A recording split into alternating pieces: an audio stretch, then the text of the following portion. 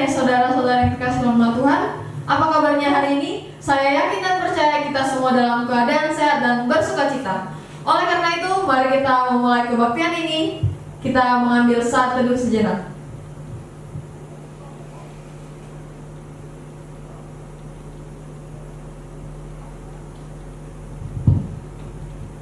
Kebaktian ini hanya boleh jadi karena pertolongan Allah Tritunggal.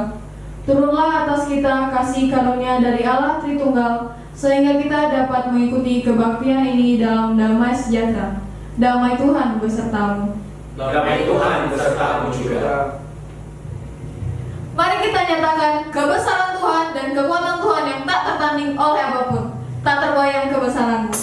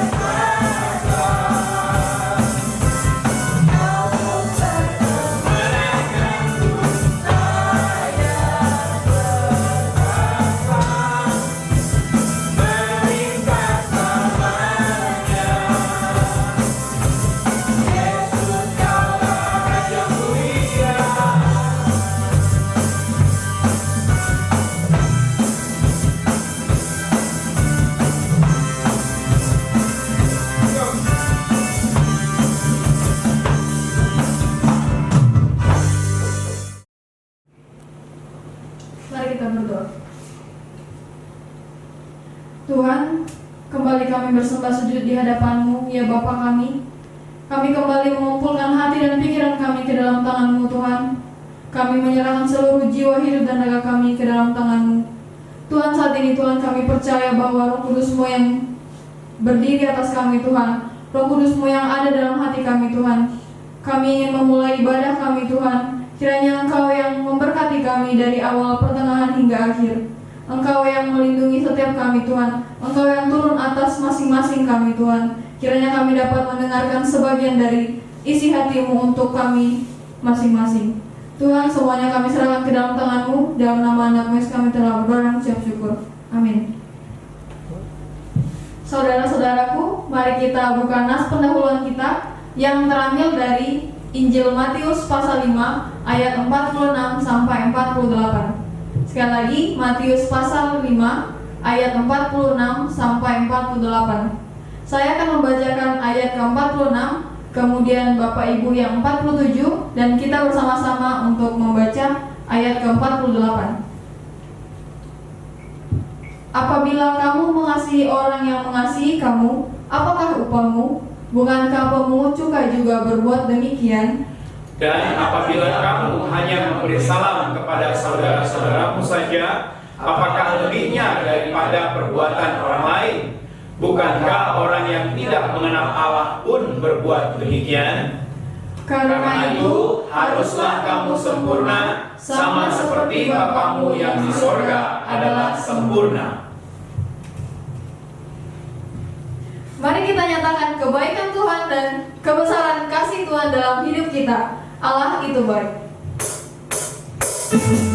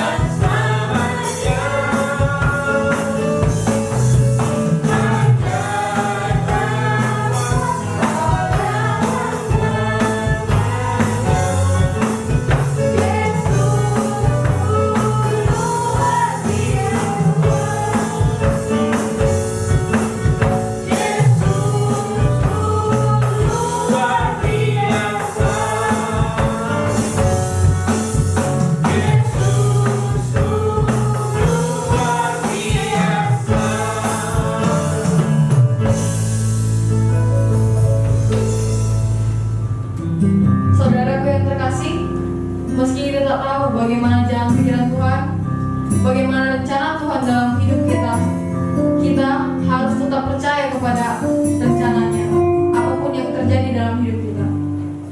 Saat kita melihat jalan.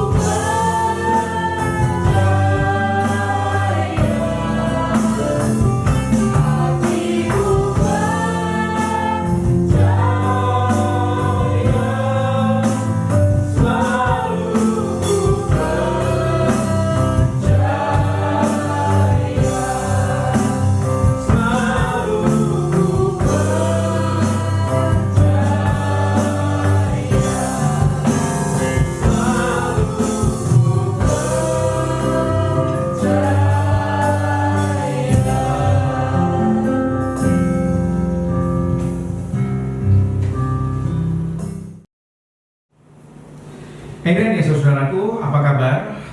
Saya percaya pasti semua kita dalam keadaan sehat-sehat di dalam pemeliharaan Tuhan.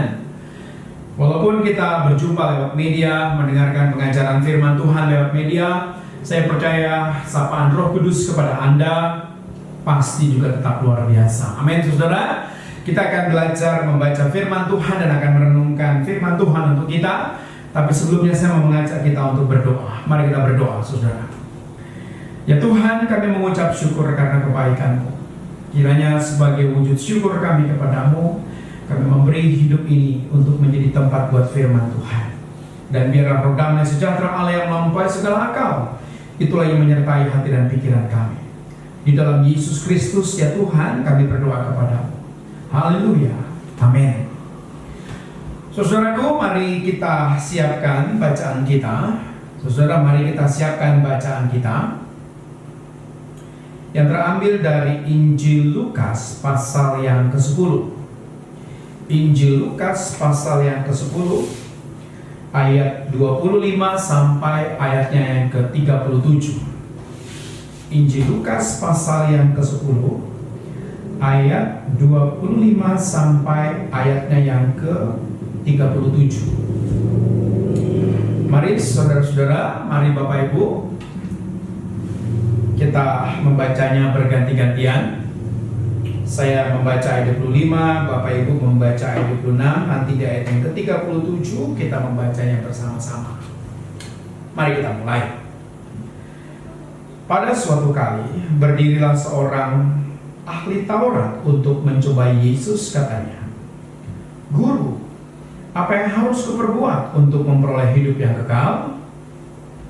Jawab Yesus kepadanya, "Apa yang tertulis dalam hukum Taurat? Apa yang kau baca di sana?" Jawab orang itu, "Kasihilah Tuhan Allahmu dengan segenap hatimu, dan dengan segenap jiwamu, dan dengan segenap kekuatanmu, dan dengan segenap akal budimu, dan kasihilah sesamamu manusia seperti dirimu sendiri." Kata Yesus kepadanya, "Jawabmu itu benar, perbuatlah demikian, maka engkau akan hidup." Tetapi untuk membenarkan dirinya, orang itu berkata kepada Yesus, "Dan siapakah sesamaku manusia?" Jawab Yesus, "Adalah seorang yang turun dari Yerusalem ke Yeriko. Ia jatuh ke tangan penyamun-penyamun yang bukan saja merampoknya habis-habisan, tetapi yang juga memukulnya, dan yang sesudah itu pergi meninggalkannya setengah mati. Kemudian ada seorang imam turun melalui jalan itu. Ia melihat orang itu, tetapi ia melewatinya dari seberang jalan. Demikian juga seorang Lewi datang ke tempat itu. Ketika ia melihat orang itu, ia melewatinya dari seberang jalan. Lalu datang seorang Samaria yang sedang dalam perjalanan ke tempat itu, dan ketika ia melihat orang itu, tergeraklah hatinya oleh belas kasihan. Ia pergi kepadanya lalu membalut luka-lukanya, sesudah ia menyiraminya dengan minyak dan anggur. Kemudian ia menaikkan orang itu ke atas keledai tunggangannya sendiri, lalu membawanya ke tempat penginapan dan merawatnya. Keesokan harinya ia menyerahkan 2 dinar kepada pemilik penginapan itu, katanya, "Rawatlah dia, dan jika kau belanjakan lebih dari ini, aku akan menggantinya waktu aku kembali." Siapakah di antara ketiga orang ini menurut pendapatmu adalah sesama manusia dari orang yang jatuh ke tangan penyamun itu? Jawab orang itu, "Orang yang telah menunjukkan belas kasihan kepadanya." Kata Yesus kepadanya, "Pergilah dan perbuatlah demikian."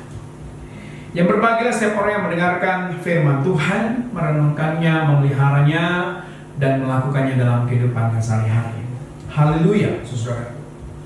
Saudara, sebelum saya berbicara tentang teks ini, sebelum saya mau mengajak kita untuk memahami teks ini, saya mau menyapa Bapak Ibu. Saya mau mengajak kita untuk mengingat apa yang terjadi di negara kita, di sekitar kita, bahkan di dalam diri kita. Tanpa terasa sudah 1 bulan lebih kita harus berdiam di rumah. Banyak orang yang harus bekerja lewat rumah. Bahkan para pelajar, mereka belajar dari rumah. Sebulan lebih kita disapa, diganggu oleh virus COVID-19 atau yang sering lebih kita kenal dengan Corona. Setelah peristiwa sebulan lebih ini terjadi, semakin banyak orang-orang yang mengalami kesusahan di negeri kita. Bahkan pemerintah sampai mengadakan program memberikan bantuan kepada masyarakat yang memang pantas atau layak dibantu. Dan kita bersyukur saudara, beberapa waktu lalu gereja kita juga terlibat untuk ambil bagian untuk memberikan beberapa bingkisan kepada saudara kita, bahkan kepada beberapa keluarga saudaraku. Dan kita bersyukur juga gereja kita terlibat untuk berbagi kepada wilayah lewat melakukan penyemprotan disinfektan. Dan kita berharap semuanya saudara, apa yang kita bisa berikan kepada masyarakat itu boleh menguatkan dan menghiburkan mereka dan merasakan kasih setia Tuhan, saudaraku. Karena dalam masa-masa seperti ini kita sangat membutuhkan kasih yang nyata, kasih yang bukan hanya dikatakan, tetapi kasih yang mampu menolong orang-orang dalam mengatasi pergumulannya. Saudara, saya berharap lewat pengajaran yang akan saya sampaikan ini, saudara semakin tergugah untuk melihat sekitar Bapak Ibu, untuk melihat tetangga Bapak Ibu. Jangan sampai kita tidak tahu kalau ada tetangga kita, kalau ada saudara-saudara di sekitar rumah kita, di sekitar tempat saudara tinggal atau kita tinggal. Ada orang-orang susah, mereka susah makan, mereka bingung harus memikirkan bagaimana mengatasi kelaparan, sementara kita memiliki banyak berkat yang berlebih. Saudara, mari saya mau menggugah saudara lewat pengajaran firman Tuhan ini. Suatu kali waktu, saudara, ada seorang muda datang dan menjumpai Tuhan Yesus. Kalau di Injil Lukas ini dikatakan bahwa ahli Taurat ini ingin mencobai Tuhan Yesus. Ahli Taurat ini ingin mencobai Tuhan Yesus, saudara. Niatnya tidak baik, tetapi Tuhan Yesus menggunakan niat yang tidak baik ini menjadi niatan yang baik yang mengajarkan kita tentang kasih.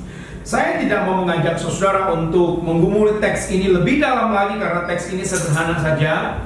Teks ini bisa kita pahami biasa-biasa saja. Tetapi saya menarik saudara ketika Tuhan Yesus ingin memberi jawaban kepada ahli Taurat yang mencobai Yesus.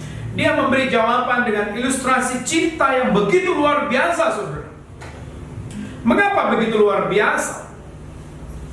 Ketika orang ini bertanya, siapakah sesamaku manusia? Siapakah sesamaku manusia? Lalu Tuhan menjawab pertanyaan itu dengan ilustrasi. Adalah seorang yang turun dari Yerusalem ke Yeriko. Ia jatuh ke tangan penyamun yang bukan saja merampoknya habis-habisan, tetapi yang juga memukulnya dan yang sesudah itu pergi meninggalkannya setengah mati. Kemudian setelah peristiwa ini terjadi, saudara, Yesus menceritakan ada orang lewat dan orang itu adalah seorang imam. Tetapi apa yang dilakukan imam itu? Imam itu hanya melintas saja. Dia mengambil jalan yang sedikit berbeda dari orang itu, kemudian dia lewat. Kemudian Alkitab juga memberitahukan kepada kita bahwa Yesus menceritakan setelah seorang imam, maka seorang Lewi juga lewat jalan itu. Tetapi orang Lewi itu mengambil keputusan yang sama. Dia mengambil jalan yang sedikit berbeda dan meninggalkan orang itu. Dia 33, saudaraku. Lalu seorang Samaria yang sedang dalam perjalanan ke tempat itu, dan ketika ia melihat orang itu, tergeraklah hatinya oleh belas kasihan. Ia pergi kepadanya lalu membalut luka-lukanya, sesudah ia menyiraminya dengan minyak dan anggur. Kemudian ia menaikkan orang itu ke atas keledai tunggangannya sendiri, lalu membawanya ke tempat penginapan dan merawatnya. Saudara, ketika saya membaca beberapa buku tentang uraian teks ini, para penafsir itu, para ahli itu memberitahukan di dalam catatan-catatan mereka bahwa rute ini bukanlah rute yang mudah dilalui, saudara. Rute ini juga bukan rute yang aman untuk dilalui oleh orang-orang. Kenapa rute ini bukan rute yang mudah? Karena rute ini, saudara, rute padang yang dari atas ke bawah modelnya, seperti kita turun dari gunung menuju kampung, saudara. Kemudian, saudaraku, di beberapa tempat itu banyak sekali para perampok. Mereka sengaja di tempat itu untuk apa, saudara? Untuk merampok orang-orang yang lewat. Itulah yang saya baca dari beberapa tulisan para ahli ketika dia menjelaskan tentang teks Lukas pasal 10. Dan tampaknya Yesus cukup tahu wilayah itu, saudara. Sehingga ketika ingin menjawab pertanyaan ahli Taurat itu, Yesus menggunakan peristiwa yang sering terjadi atau yang mungkin terjadi di jalan itu untuk menjawab pertanyaan ahli Taurat. Apa yang ingin saya sampaikan dari uraian saya tadi, saudaraku? Perhatikan apa yang menjadi sikap seorang Samaria itu. Apa yang menjadi sikap dari seorang Samaria itu? Dia mengambil keputusan untuk turun, saudara. Dia mengambil keputusan untuk turun dan menjumpai. Kemudian dia menolong orang yang terjatuh itu. Artinya apa, saudara?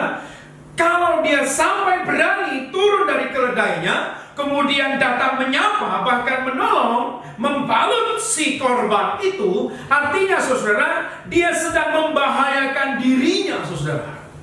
Karena perampok di sana banyak. Artinya dia sedang membahayakan dirinya hanya untuk menolong orang lain itu. Kita tahu bahwa Alkitab tidak mencatat siapa orang itu yang menjadi korban dengan jelas. Dan tampaknya Alkitab ingin memberitahukan kepada kita memang si orang Samaria ini tidak mengenal betul siapa yang menjadi korban itu. Tetapi hatinya sangat tergugah ketika melihat ada korban yang jatuh di sana. Saudara, kalau berdasarkan banyak teks-teks yang dicatat oleh para penafsir dan para ahli, kita tahu betul bahwa orang Samaria itu bukanlah orang yang dibanggakan dalam cerita Alkitab. Karena cerita Alkitab ini banyak didominasi oleh cerita orang-orang Ibrani, cerita orang-orang Yahudi, berbicara tentang betapa hebatnya mereka sebagai umat pilihan. Biasanya kalau kita membaca teks-teks tentang orang Samaria, itu sering sekali menjadi teks-teks yang mengajak kita melihat bahwa orang Samaria itu adalah orang kelas 2. Tetapi menariknya, walaupun mereka adalah orang yang kelas 2 atau mungkin kelas 3, menariknya, saudara, beberapa kali Tuhan mengangkat kisah tentang orang Samaria. Orang Samaria ini selalu memberikan satu pencerahan kepada kita. Bahkan teks yang hari ini kita baca juga menolong kita untuk melihat, menolong kita untuk mendapatkan satu pencerahan tentang seperti apa kasih yang Allah inginkan dalam kehidupan orang-orang percaya. Orang Samaria ini bukan orang yang dibanggakan, tetapi orang Samaria ini memberikan satu teladan yang sangat layak untuk dibanggakan. Saya ulang, saudaraku, orang Samaria ini bukan orang yang dibanggakan, tetapi orang Samaria ini memberikan keteladanan yang sangat patut atau sangat layak dibanggakan. Dia merelakan dirinya untuk menjadi korban berikutnya, hanya untuk menolong si korban tadi, saudara. Kemudian dia membalut luka orang itu, diminyaki orang itu, kemudian orang itu dinaikkan ke tunggangannya sendiri. Artinya apa, saudara? Si korban itu naik ke keledai dan dia berjalan menuntun keledainya supaya apa? Keledainya itu bisa teratur berjalan dan tidak menyusahkan si korban, tidak membuat si korban lebih menderita lagi. Dia membawa. Kita tidak tahu perjalanan itu berapa lama, saudara. Kita tidak tahu berapa ratus meter lagi perjalanan itu. Tapi Alkitab memberi catatan kepada kita, mereka sampai ke satu kampung, di mana di kampung itu ada penginapan. Dan Alkitab memberitahukan kepada dia, orang Samaria itu membawa si korban di penginapan, kemudian meminta pertolongan dari si empunya penginapan. Apa yang dia minta? Si empunya penginapan itu diminta untuk merawat si pasien ini, si korban ini.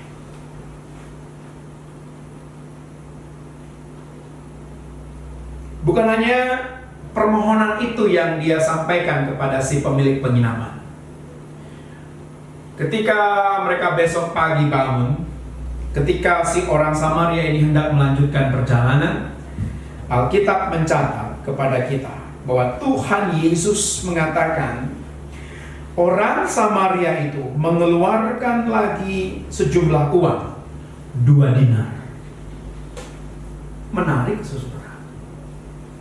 Ternyata si orang Samaria ini merasa tidak cukup hanya membawa si korban dari jalan yang penuh dengan tantangan, bahaya itu sampai ke penampungan. Tetapi si orang Samaria ini memiliki rasa tanggung jawab, saudara. Rasa empati yang begitu luar biasa, saudara.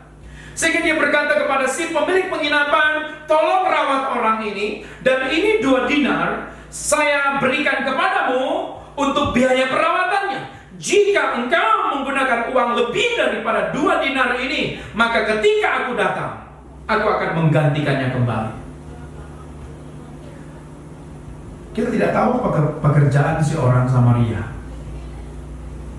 Tapi saya mau mengajak saudara untuk memikirkan tentang 2 dinar. Kenapa saya mau mengajak saudara untuk memikirkan tentang 2 dinar? Untuk mendapatkan 2 dinar, itu perlu bekerja 2 hari. Karena di orang Yahudi, pekerjaan 1 dinar sehari. Pekerjaan sehari, gajinya atau upahnya adalah 1 dinar. Masuk pagi, pulang sore, dapat 1 dinar. Itu upah pekerja di sana. Kalau biaya 2 dinar, itu berarti dia harus bekerja 2 hari.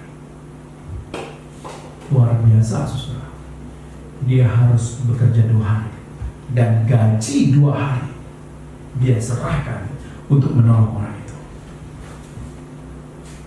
Bahkan tadi saya sudah katakan bahwa Alkitab memberi berita kepada kita, menginformasikan kepada kita bahwa orang Samaria itu berjanji ketika nanti dia pulang ke penginapan itu, dia akan membayarkan sisanya jika si pemilik penginapan merawat orang itu melebihi dari 2 dinar, saudara. Seharusnya peristiwa ini sangat menggugah kita, saudara. Harusnya sangat menggugah kita. Mengapa sangat menggugah kita?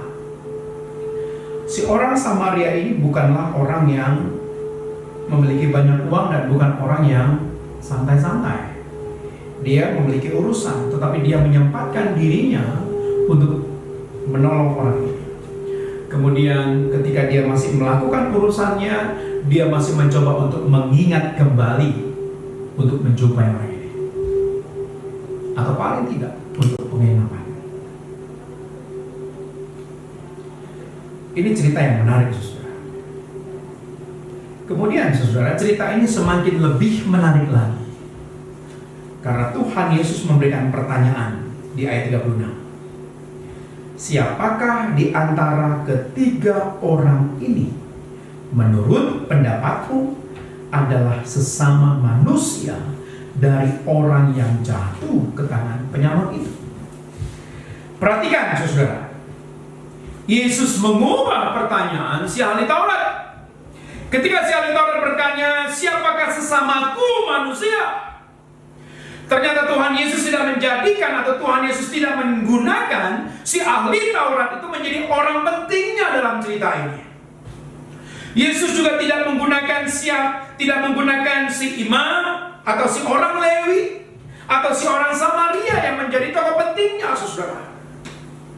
Tapi Yesus menjadikan si korban itu sendiri, yang bahkan tidak dituliskan apa jabatannya, siapa namanya, apa sukunya. Tapi Yesus menjadikan si korban itu menjadi orang penting di dalam pertanyaannya. Sehingga Yesus bertanya, siapakah yang menjadi sesama manusia dari orang yang jatuh ke tangan penyamun itu? Siapa? Menarik tidak, saudara? Saya sering bahkan pernah beberapa kali mendengarkan satu khotbah, mendengarkan khotbah-khotbah dari teks ini. Khotbahnya bertanya tentang siapakah sesamaku manusia. Tetapi jujur, saya pernah mengkhotbahkan teks ini beberapa kali dengan tema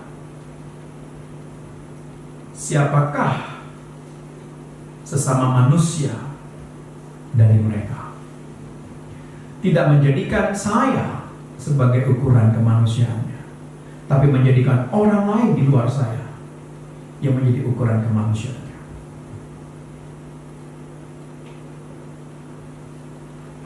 Saya ulang pertanyaan Yesus. Siapakah di antara ketiga orang ini menurut pendapatmu adalah sesama manusia dari orang yang jatuh ke tangan penyamun itu?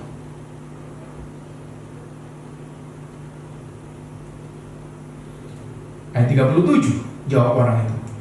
Orang yang telah menunjukkan belas kasihan kepadanya. Kata Yesus kepadanya, pergilah dan perbuatlah demikian. Pergilah dan perbuatlah demikian. Ini satu cerita yang menarik, saudara, dan selama masa corona ini, saudaraku, entah kenapa Tuhan selalu mengajak saya untuk mengingat teks ini. Kita harus menjadi orang Kristen yang mau belajar dari orang Samaria. Terlebih ketika kita mendengar banyak berita, banyak orang-orang yang akhirnya mengalami kesusahan karena banyak tempat usaha, banyak pabrik, banyak tempat pekerjaan, banyak kantor harus ditutup dan masyarakat harus banyak bekerja di rumah. Akhirnya berimbas juga kepada masyarakat yang harus bergumul dengan upah setiap hari.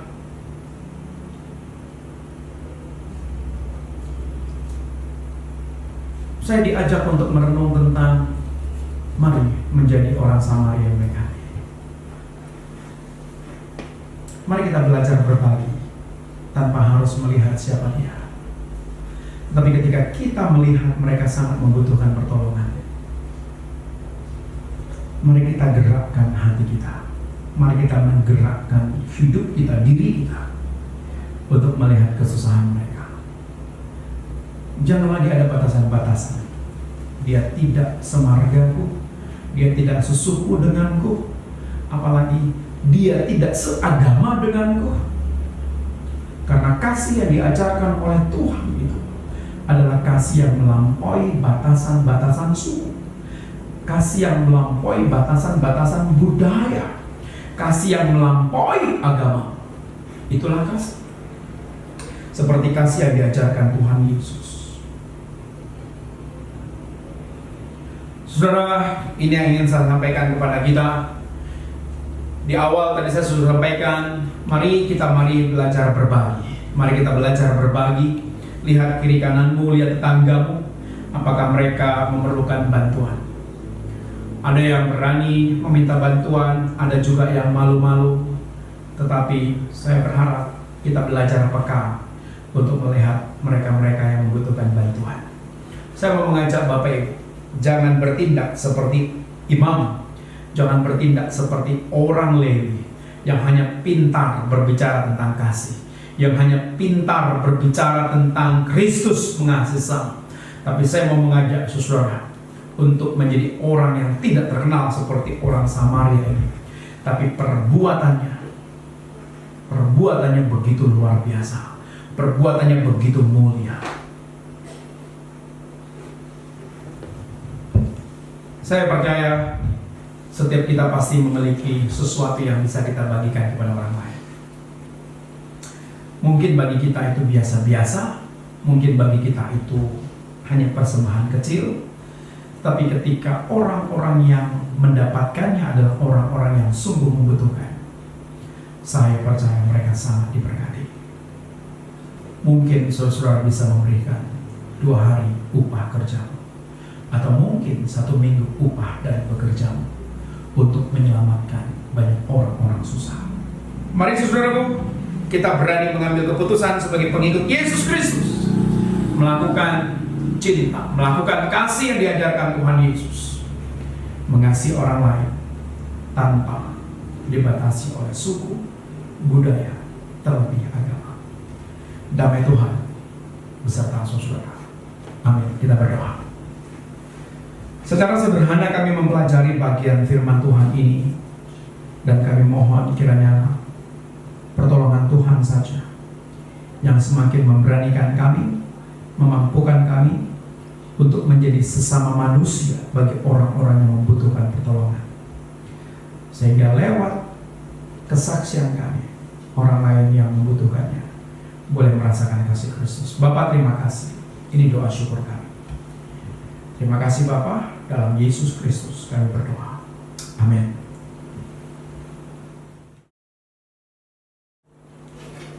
Saudara-saudara, mari kita siapkan hati mengucapkan pengakuan iman rasuli. Aku percaya kepada Allah, Bapa yang Maha Kuasa, Khalik langit dan bumi, dan kepada Yesus Kristus, Anaknya yang tunggal Tuhan kita, yang dikandung dari Roh Kudus, lahir dari anak darah Maria, yang menderita sengsara di bawah pemerintahan Pontius Pilatus, disalibkan, mati dan dikuburkan, turun ke dalam kerajaan maut, pada hari yang ketiga bangkit pula dari antara orang mati, naik ke surga, duduk di sebelah kanan Allah, Bapa yang Maha Kuasa, dan dari sana Dia akan datang untuk menghakimi orang yang hidup dan yang mati. Aku percaya kepada Roh Kudus, gereja yang kudus dan am, persekutuan orang kudus, pengampunan dosa, kebangkitan orang mati, dan hidup yang kekal. Kita berdoa. Terima kasih Bapa untuk kebaktian ini. Kami bersyukur karena pertolongan Tuhan, karena kasih setia Tuhan, kami dapat melaksanakan kebaktian ini dengan penuh sukacita. Meskipun jarak kami terhalang, tapi kami yakin penyertaan Tuhan selalu ada bagi kami dan di setiap diri kami. Bapa, kami bersyukur untuk hari-hari yang telah Tuhan berikan kepada kami. Kami bersyukur untuk anggota keluarga kami yang selalu Tuhan rawat, yang sehat. Kami bersyukur untuk setiap hari yang telah kami lewati. Ini semua karena anugerah Tuhan. Bapak, kami berdoa bagi keluarga kami dimanapun mereka berada. Kami berdoa biarlah penyertaan Tuhan, bahkan pimpinan Tuhan selalu bersama-sama dengan mereka. Kami selalu berdoa untuk semua keluarga kami, biarlah Tuhan tutup bungkusi mereka, bahkan Tuhan lindungi mereka dari ancaman mara bahaya. Kami berdoa Tuhan bagi lingkungan kami, biarlah Tuhan yang senantiasa untuk selalu menutup bungkusi kami dari setiap wabah yang ada sekarang. Kami berdoa biarlah Tuhan yang senantiasa untuk selalu bimbing kami, menuntun kami, berikan kami hikmat dalam menghadapi setiap masalah, bahkan dalam setiap virus wabah yang ada. Kami berdoa Tuhan untuk setiap jemaat-Mu dimanapun berada saat hari ini. Kami berdoa biarlah Tuhan yang senantiasa untuk selalu memberikan hikmat kepada mereka dimanapun mereka berada. Kami berdoa untuk bangsa dan negara kami, bahkan untuk dunia yang saat ini sedang kebingungan, yang sedang merasa ketakutan menghadapi virus COVID-19. Kami berdoa biarlah Tuhan yang senantiasa untuk memberikan kekuatan, bahkan pengharapan yang baru di dalam Tuhan, pengharapan yang senantiasa untuk selalu kami nantikan di dalam Tuhan, yang senantiasa untuk selalu menguatkan kami. Pada hari ini kami bersyukur, bahkan untuk kebaktian hari ini, para jemaat-Mu yang ada di rumah, yang tidak bisa mengikuti kebaktian bersama-sama dengan kami berdoa biarlah kami senantiasa untuk selalu dapat diberikan kekuatan, bahkan setelah daripada virus ini kami dapat berkumpul kembali untuk bersekutu bersama kembali di ruangan kebaktian kami. Terima kasih Bapa, terima kasih Tuhan. Amin. Mari saudaraku, kita siapkan hati kita. Kita akan menutup kebaktian kita. Mari kita nyanyikan nyanyian Puji Allah Bapa Putra. Puji Allah Bapa Putra, puji Allah Roh Kudus.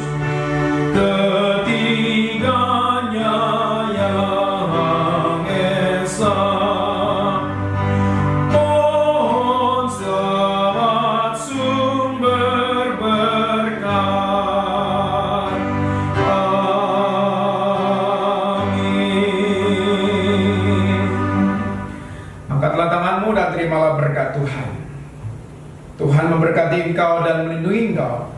Tuhan mengiringi engkau dengan wajahnya dan memberi engkau kasih karunia.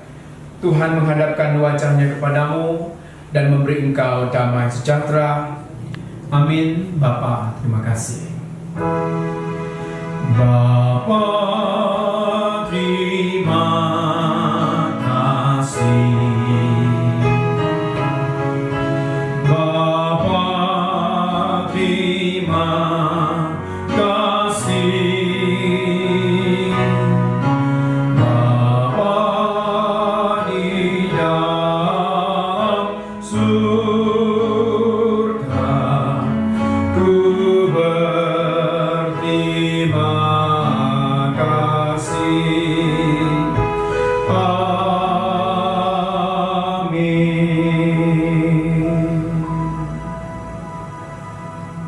Terima kasih Bapak Ibu, kebaktian kita sampai di sini. Bapak Ibu, di sini saya ingin memberikan pengumuman kepada kita untuk kebaktian minggu depan. Kita akan mengadakan perjamuan kudus, ya Bapak Ibu. Kita akan mengadakan perjamuan kudus. Nah, karena perjamuan kudus ini akan kita lakukan secara berjarak jauh, maka saya akan memandu Bapak Ibu untuk mengikuti perjamuan kudus lewat video ini.